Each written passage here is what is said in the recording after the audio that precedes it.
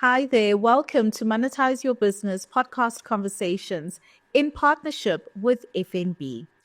We've got a fabulous episode for you today. I'm very much looking forward to it.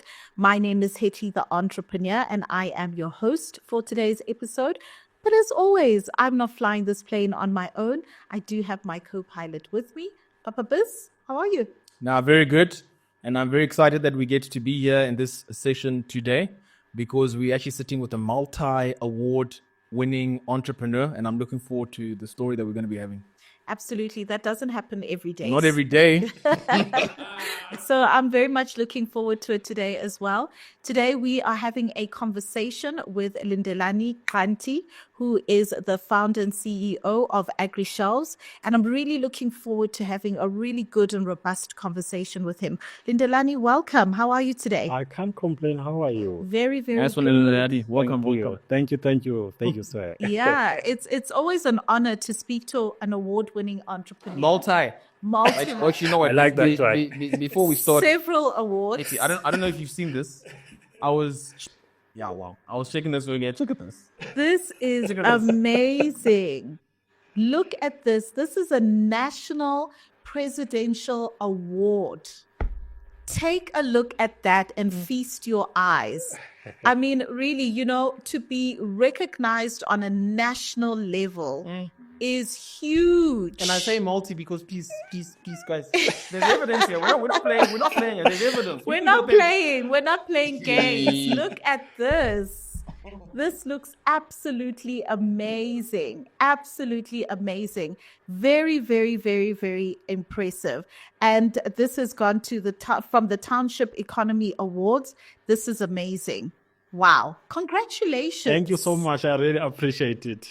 I'm really excited to learn a lot more about your journey and what it actually takes to get to this level, because it doesn't just start. It's not just overnight. Yep. It's a journey. So let's find out a little bit more about yourself. Maybe tell us about yourself, Lindelani. Where did you grow up? Just your early beginnings so that we can understand who you are. Yep. Thank you so much for the opportunity. I always say that I was born in Eastern Cape, raised in Mpumalanga, and I was made by Gauteng. I like that. So my name is Lindelani Xhanti. So like I just said now, I grew up in a very, very deep rural area at a place called Umzimukulu. And I was raised by my grandmother. I never knew my mother. Wow. But I knew her greatest work she did for us. So I remember when I grew up at a primary level, all my friends used to say, "Your mom is a teacher. Your mom it's very famous, but they've never seen her. But they heard about the good jobs that she was actually doing in a village and all of that." So then I grew up there a little bit, then at a primary level, because before I left primary school, then I went to Mpumalanga, a place called Emelo. Oh, okay. Yes, so that's when now, actually, interesting story. In Eastern Cape, I was doing isiXhosa as a language. And when I moved to Mpumalanga, I did isiZulu. Okay. Funny enough, when I passed my matric, Yes. I got 100% in isiZulu more than isiXhosa. Really?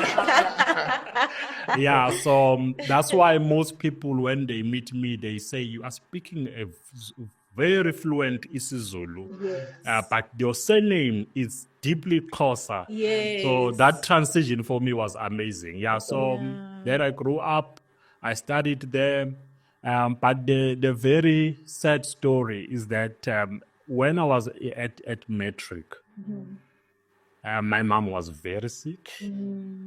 I was about to be the first person in my family to pass matric. Wow. And at the time, my mom was sick at the early stages of the year. And but she waited for me. Wow. At the time we were getting results through newspapers and all of that. And I could see that sometimes she was not able to speak, but she could speak in silence. Yeah. And she was not able to go to work as well. You can feel that pain. I'm the only son with two sisters. But the resilience in her for waiting for that moment for Yes. Yes. then when it was time for us to get the results. Remember, she was not going to work because she couldn't walk and all of that. But the day we got the results, it's just a walking distance from the township to the town. Yes. And there is a place where you pass by the graveyard, then you jump into the town. Yeah. She walks when she goes to work. That day, to my surprise, when I came back with the results, I met her. Oh my goodness. She was. This is very emotional for me. So when I met her at that day, she was afraid to actually say, my son might fail. Yeah. Because he was seeing me sick all the days and all of that. But because I was going with my friends, then they said, yeah, Lindelani's mom, he made it. Wow. Then she just cried and then said, this is the moment I was waiting. Yes. And I think that's what gave me the strength to be a responsible somebody. Because just after that, then she passed away. Now I had to take care of my siblings. Yes. It's between me going to university or taking care of my siblings. Then I had to have a break of a year to balance the equation. And then, but during that time, that's when I started to find out that I'm very good in making sales of something, because at church, I will be very creative in making many things. That will be. There was a time when we went for some service. I will come back with 3,000 in one day. What? I'm telling you. And it grew up and grew up and grew up until when I was starting to work. I still became creative still. In such a way, there was an Indian shop next to my office. Yes. That actually the gentleman saw how creative I was. In such a way that after 2 years we met, she called me and said, we want you to create what we call special papers for supermarkets. Okay. And I didn't even know what is that, but he saw that I can be good in design. Yes. And to be my surprise, then when we went to that gentleman, I was able to generate 15,000 in one day just for designing and printing papers for supermarkets. Wow, look at that, eh? That's not a joke. In less than 5 days, I was able to get 15 to 16 retail supermarkets, even if they call them general dealers Yes. or mini markets in town, because Emelo is a small town. And then that's where I started to see the creativity in me, which led me to go and study software development. Because I'm a software developer engineer by profession. Many people, they used to say to me when they meet me, they said, a software by profession, then I say, and a farmer by choice. So that's my upbringing right there. Wow, and I'm actually quite interested. I mean, just to take it a step back. So you say that you had 2 younger sisters as well. Yes. So did you guys all grow up at the time then with your grandmother? And what is that experience like? Were there other cousins and around as well? Or how was that set up like for you? Yeah, so it's my younger and my older sister. Okay. Yeah, so yes, we grew up in one place. Like I said that we didn't know my mother. We only knew the great work she was doing because she was working. So there were no other people except our uncles. Okay. Yeah, so we had uncles and then us. Okay. Funny enough, you are bringing that point. So there is the way my mom was so big in the village. She could be able to send money to my grandma and send us little envelopes. so that we can be able to also sustain ourselves. Yes. Yeah. So, I saw like I was a celebrity. Oh, wow. To the community because they were cherishing my mom, even if I did not see my mom at the time. So yeah, so that's how we were growing up, and also we used to eat under one dish. Yeah, so that's this spirit of collaboration and doing things together. We learn it from my grandma as well. Yes. So there will be one time for eating, and we will actually use a big dish to eat together. If you miss that one, then it's you sorry for you. You missed. And it's interesting because I'd look back and I'll just be thinking in terms of how the saying where it goes, no, it takes a village Yes. to raise a child, and this is something completely at play here. And then also, with your mother being such a prominent member of the community to be able to impact you and your siblings like that, it's quite a story.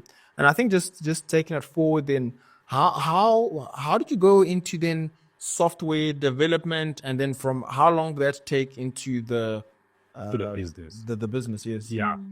Thank you so much for bringing that point. So, like I was saying, I was born in Eastern Cape, raised in Mpumalanga, and made by Gauteng.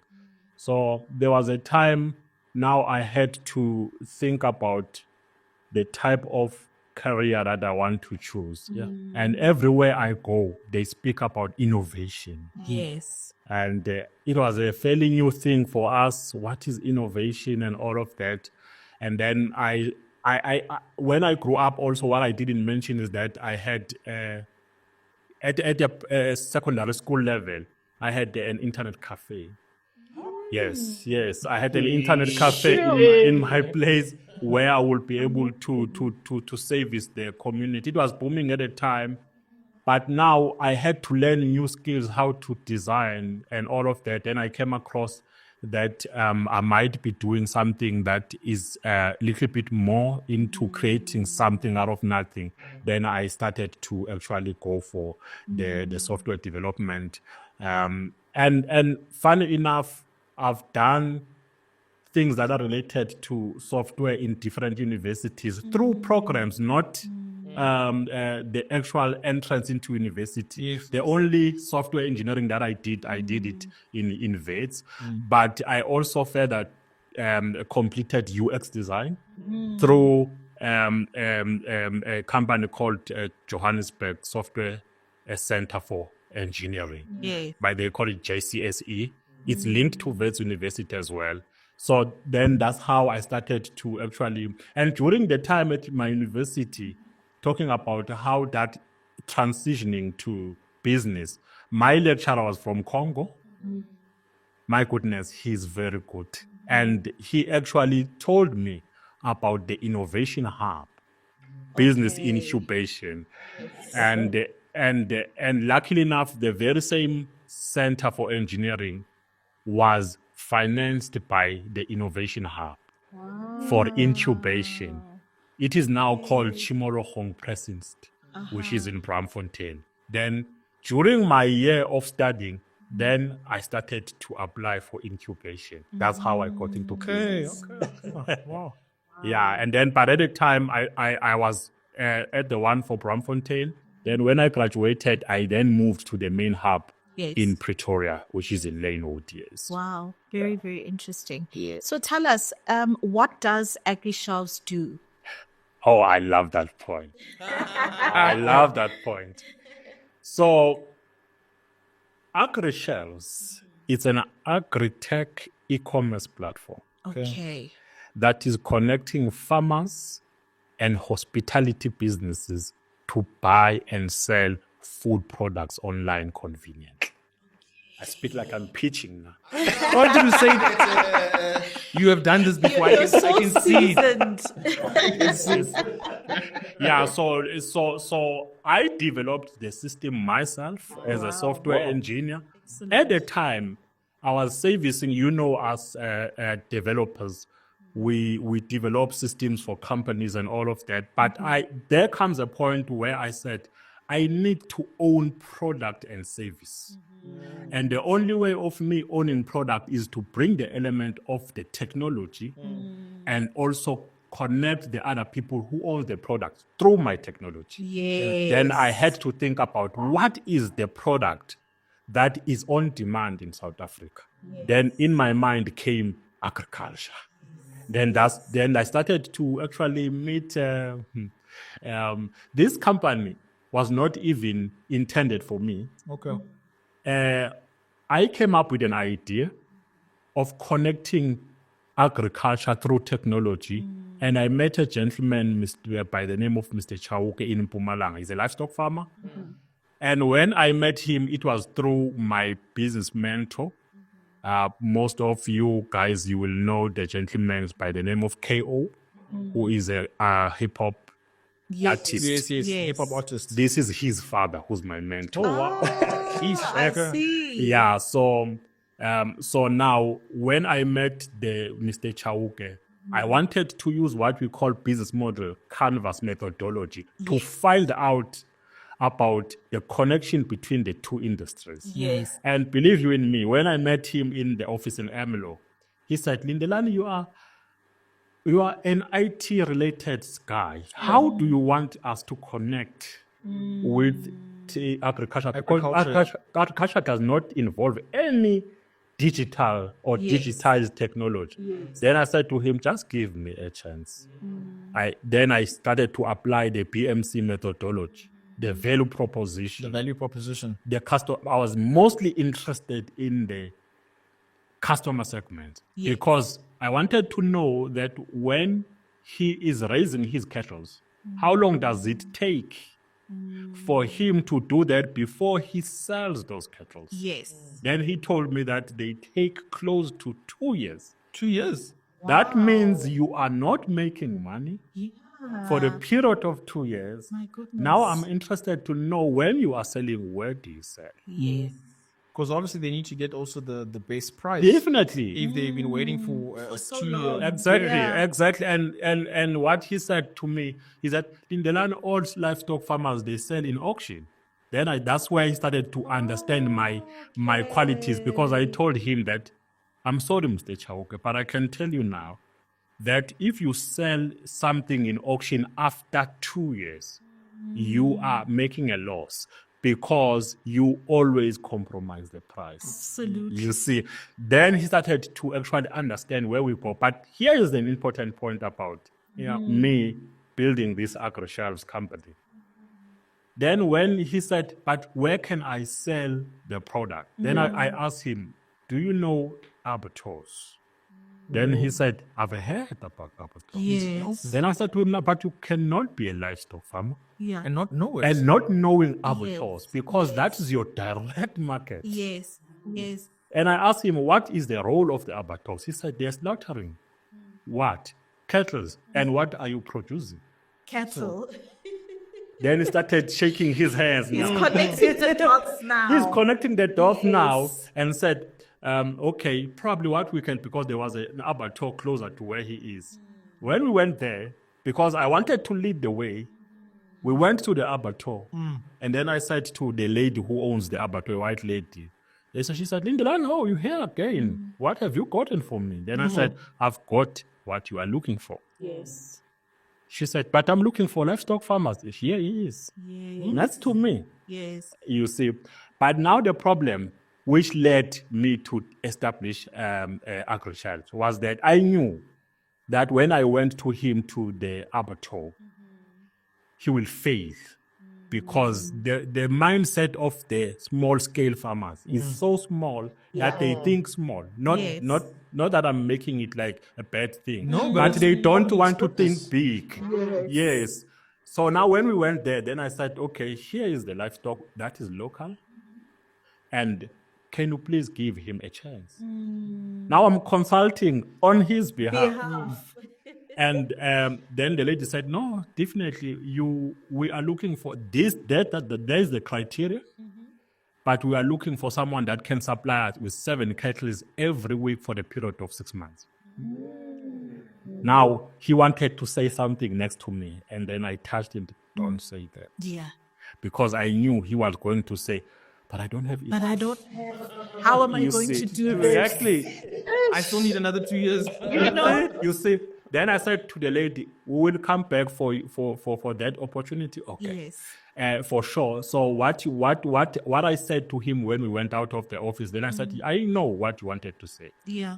Now it's time for you to phase out this thinking of saying you've got competitors. Yes. Now collaborate with other small scale livestock farms so that you can supply and in large meet that volume." demand. Exactly.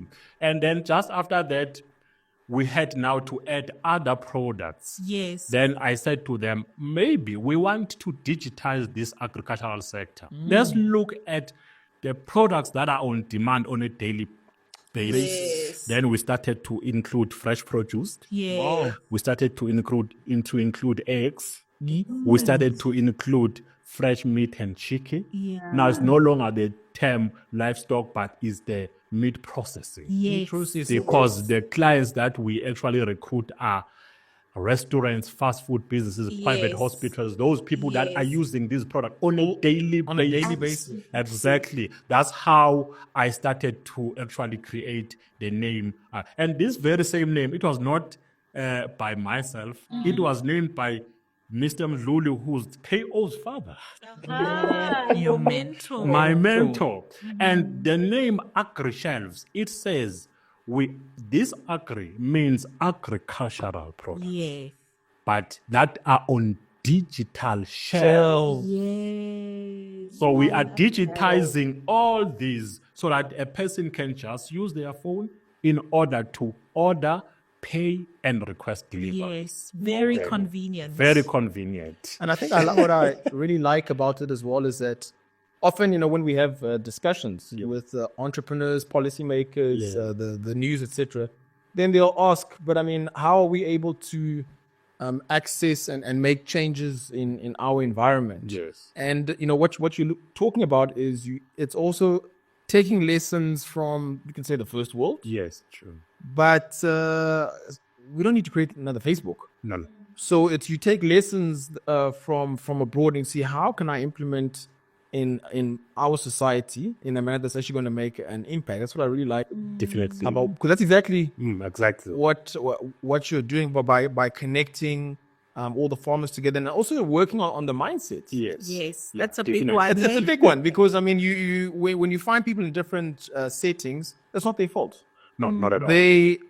Their mindset is based on what they expose. Exactly. Yeah. And sometimes one needs a helping hand to be able to guide and to connect the dots. That's true. Which is brilliant. Definitely for sure. Definitely for sure. So one of the things that I've done for them as well, after we have established, remember they actually paid for me to develop this system. At a later stage, they wanted me to be the CEO of the very same thing because they said, this is very special in South Africa. Yeah. Yes. This has Very not, unique. it's one of few. Actually, it's one, let me just say now, I've got only one competitor in this. So that means the market is so big. Then I invited them. There was a seminar in CSIR because they are staying in Mpumalanga. Remember, there are two and myself. The other one is in livestock, which is Mr. Chauka, and the other one is my mentor, who is in fresh produce. So it's a good combination of experienced farmers and a software engineer and all of that. Then I invited them to actually go to CSR because there was a plenary session speaking about innovation in agriculture. Yes. Let me tell you a big story in less than 2 minutes. When I went there were 3 panelists. There was a gentleman from ARC, Agricultural Research Council. There was a Mentiro Foundation, which is owned by Coca-Cola. Okay. There was the CEO of Tshwane Market. Okay. Wow. And when we were staying listening to them, there comes a time for questions and answers. Yeah. I don't ask questions. I pitch Yes. in a form of asking a question. Wherever I go, I introduce our solution by asking a question. Then I ask that question to say, we do 1, 2, 3. and how can we work together? And there was a professor next to me from Nigeria who was hired by the organizers.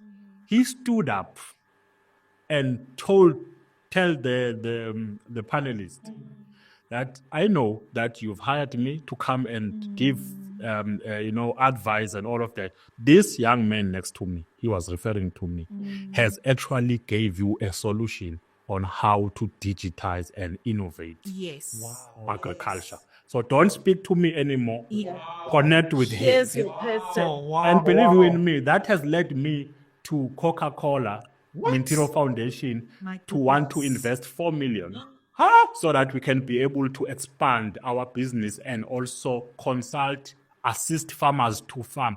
The most important thing that I've always said, especially when I consult to farmers, is that farmers are farming things that are not required by the market.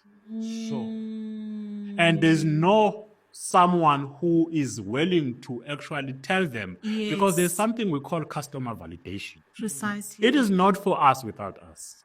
Yeah. You need to go to the end user, Yeah. ask Ask them them. how they want it Exactly. before you do it. Yes. Because they are part of the process. Yeah. Before you actually say, this is the something now that we need to do. Yeah. So then the last part of that session from CSIR was when I was listening to the CEO of Tshwane Market saying to me, hear this very clear.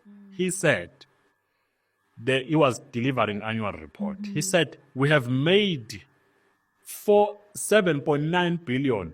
That was 2019.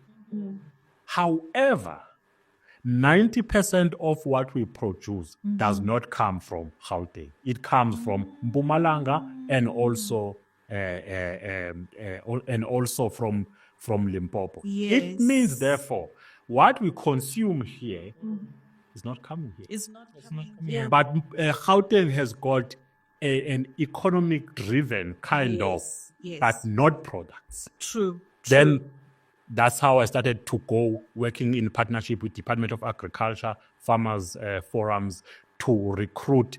Even when we speak now, just to make it short, we are doing what you call National Farmers Recruitment Drive because we want to match the two, that when these restaurants, fast food, private hospitals are looking for products, then they are always getting the fresh that they need Yes. at all times. Yes. The reason why we do that is because we have been approached also by Massmart to supply macros and jumbos in Western Cape. Sure. But now the problem is that we want to use the geolocation methodology.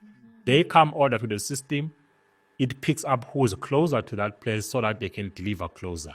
Now that's why we are rolling out this. That's very good. Yes. That is Well, this is quite a journey, and I think I'm trying to build an empire here. Oh, you are. You're already doing it. Really. Yeah. I think as we look to wrap up, and this has been quite a journey and a story, and our time is being cut short, unfortunately. Yes. What type of advice would you have for as aspiring entrepreneurs where they've just started off their journey or they're about to start?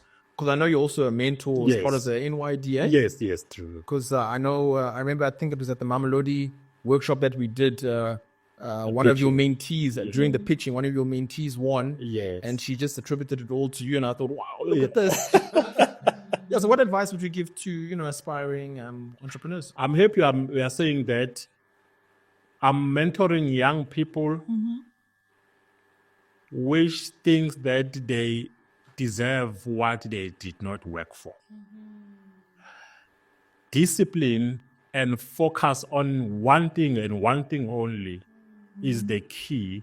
And also not just jumping into entrepreneurship, because you need to actually work first, understand how things are working, and also try to get a mentor, study a little bit. Entrepreneurship alone is a study. True. You need to go to university for that alone. Yes. So there's no way you can wake up tomorrow out of... I was listening to something yesterday. I hope I'm going to remember this.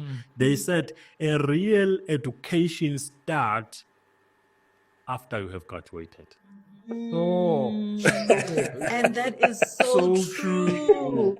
That is That's so when true. you start to actually educate yourself in a real world. Yes. Because your degree will never give you an experience. Yes. So what I will say in short is that the people who want to go into entrepreneurship, I will say this. I'm happy because I'm sitting with the couple. I'm told that this is a couple. You need to get the right partner. Yeah.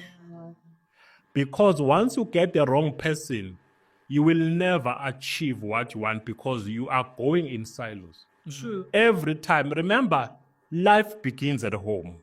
What you speak should be the same thing, the same language. But once you get the wrong partner at home, believe you in me, your things will be in the darkness until you are actually getting the right people at the right time. Yes. Then you can be able to explore. This I've actually experienced a lot, but it starts there. And then if maybe you are still young, you don't have a partner, you need to learn first, go work, Yeah. gain experience, and maybe enter into the enterprise development programs before you think about the business. Assist there and then start to understand all these elements. Maybe the biggest tool that I can ever give them is the business model canvas. Yes. That is where they can start to understand. That's I true. call that a business plan in one page. Yes. Because whatever that you need to succeed in your business, you can be able to put it on the wall, state your customer value proposition, Yes. your cost structure, your revenue stream. It's all there. You understand the framework very well. Absolutely. So Sure. yeah, that's the advice I can sure. give. Thank you for that. Yeah, that's fantastic. Sure. Thank you so much. I mean, I feel like we could talk all day. We've gotten such great nuggets. It's been amazing. I feel so invigorated by our conversation. Yeah. Papa Biz, tell me, what have been your nuggets you've taken from Lindelani today? Sure. There's two things. I think the first one, and often whenever we have these discussions, I'm continuously taken back by looking at someone's upbringing, and you look at the little parts in their upbringing where, but this person was involved in sales, Yeah.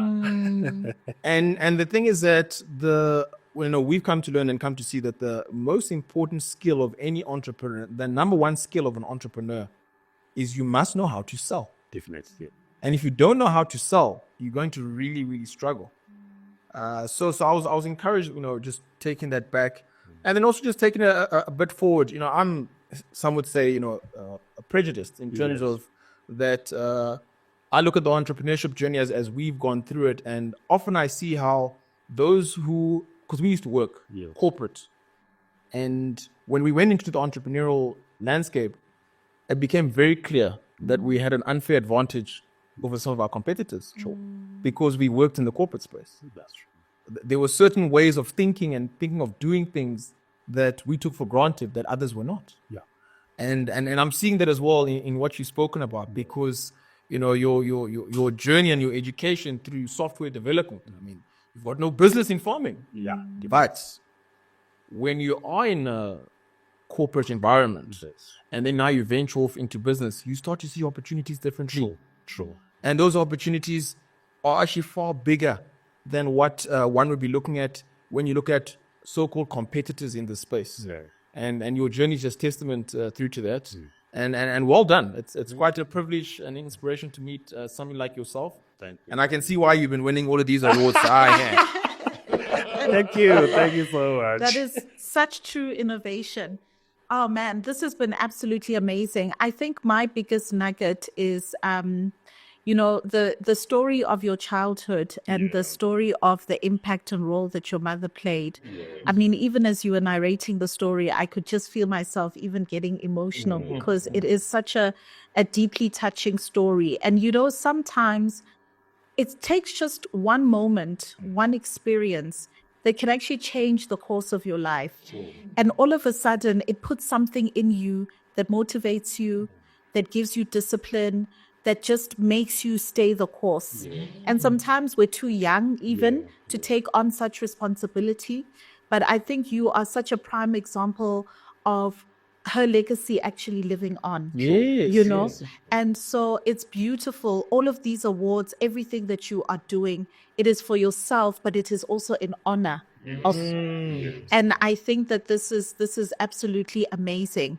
You have created AgriShelves as a product, Yes. but you are a product of her. Exactly. And I think that is so beautiful. And so for me, it's very encouraging because, you know, as entrepreneurs, we go through hardships. It's not easy. And sometimes you need to hold on to something that keeps you going. And so I think it encourages us all to say, find that thing you can hold on to and keep pushing even when it becomes difficult. So, yeah, we want to thank you for the work that you are doing, the impact that you are making, the innovation that you're doing, even for your mentees as well. You are pouring into them. Please don't grow tired. Yeah. Continue on your journey because it's making a huge impact. And we look forward to plugging you even further into our Monetize Your Business I would really ecosystem. appreciate that. Yeah, you've got a wealth of knowledge that I think can be valuable to the community. So thank you so much. Monetizers, this brings us to the end of this podcast episode.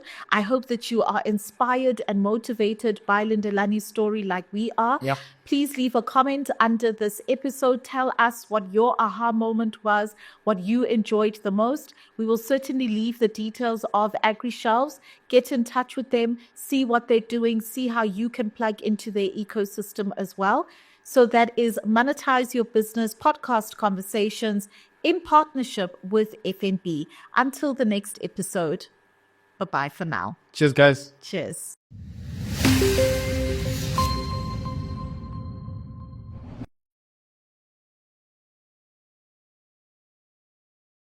So we've heard all about mentorship, but are you looking for a physical platform that you can plug into? Well, I've got good news for you. Monetize Your Business workshops in partnership with FNB have been designed exactly for you. If you are an entrepreneur based within the township, then we are coming to you.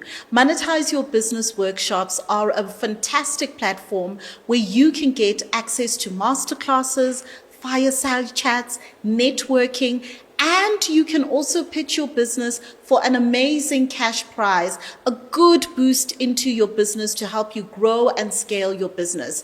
You also have an opportunity to exhibit your products and services to a buying customer base and audience. So if this is something that you're interested in, hurry right now, run, don't walk to www.monetizeyourbusiness.co.za.